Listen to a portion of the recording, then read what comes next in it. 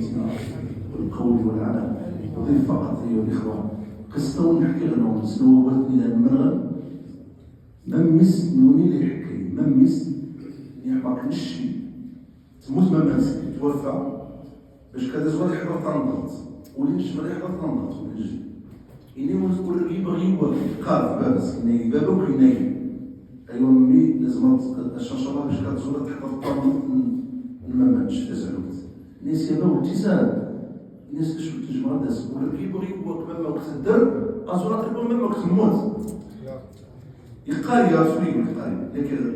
لكن غنسيسي بابك الدراع عشان ان شاء الله هذه وطا يحضر الناس استغلال لا بد دي وطا يعني نشف سوا او نعمي كل حكا السبب غير 13 عام مثل الوطا اطفلي تلازم يركب على البيس انت ما كتفلي انت ديما في عدن السورة الحق هذا السورة الاستقامة هذا السورة تيولين ربي هذا السورة التي مر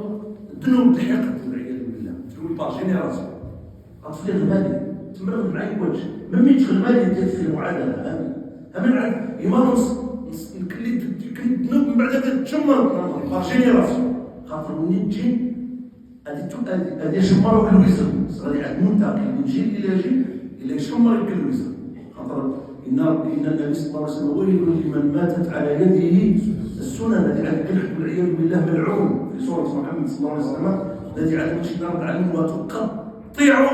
أو تفعلوا أرحامكم. نسأل الله سبحانه وتعالى العافية أيها الإخوة. بدنا عند رب العالمين نعمل الحق